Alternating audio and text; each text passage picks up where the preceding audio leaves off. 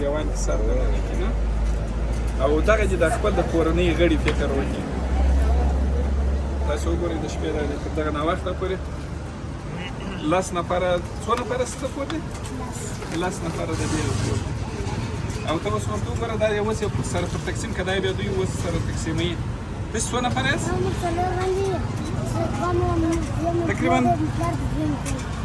تقریبا 8 نفره به تاسې یاست.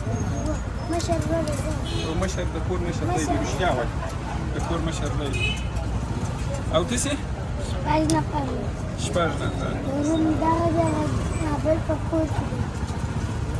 6 نفره. ته اوس نو د اویا وانې پر دې کورو باندې د سړی تقسیم کړي او بل یې بیا خپل په ګریوان کې سر دننه کړي.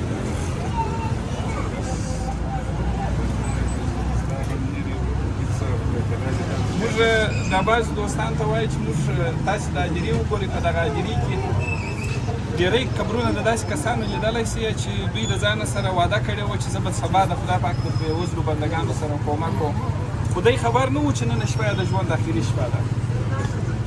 نو په دغه شو باندې چې هر څه سړی تلوار وکړي چې دغه رقم بېوزلي که نور هم هېڅ نه یو دانه هېڅ نقدي پیسې نه یو دانه و 2 دانې ډوډۍ سړی ورکوه یو 2 دانې ډوډۍ اوس ورته وګوره چې دغه هر یوه ته یوه دانه 2 دانې ډوډۍ ورکوي.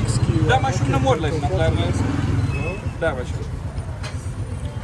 او پرون بله ورځ چې زه ځای ته دغه سوالم ورغلم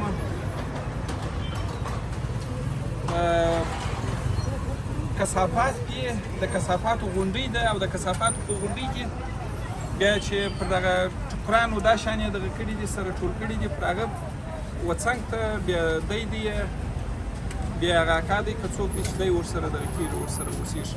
او تر ټولو جالبه خو دا ده چې د دوی مور پر کثافاتو باندې د بوتلانو کاغذان ټولول تقریبا 8 کاله مخکې ما یې ویډیو پورته کړله.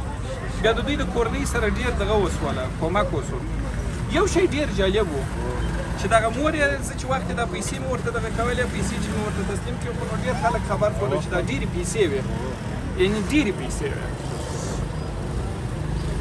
دا مور یې ما ته یو ورځ وژړله ویله چې غریب وم هېڅ چا مې ول هغه خپل نږدې ول لور مې زما د پېژندلو څخه دغه کوي انکار کوي ول لور مې په مور نه راته ویله.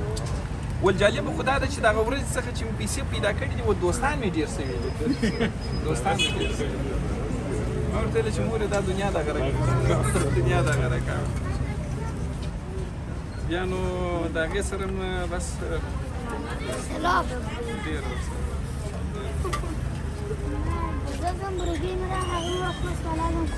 ته کور ته ځې زه به وګورم هغه بله ګاډۍ چې ما تاسې ته درکړې وه تاسې به ما ته حساب راکوئ چې په هغه ګاډۍ کې تاسې څونه ګټلي دي. صحیح ده؟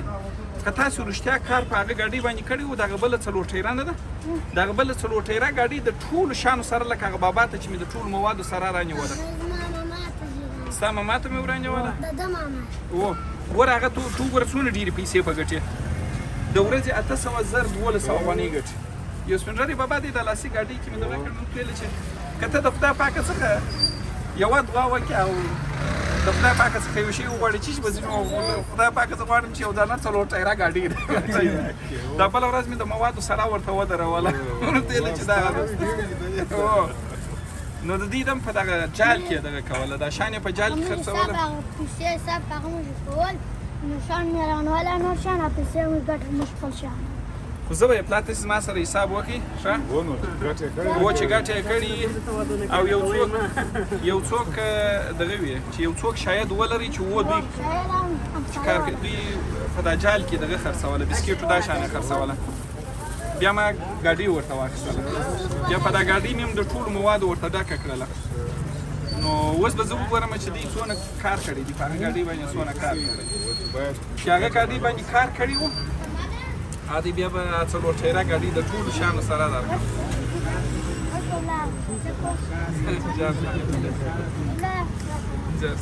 خدای په امان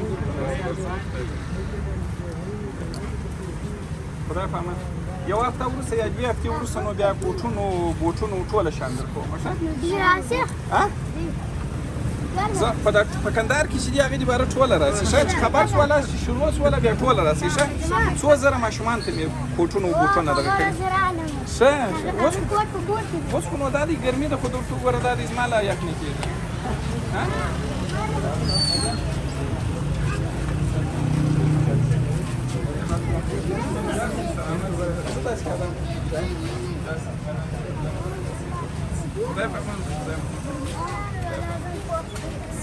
ها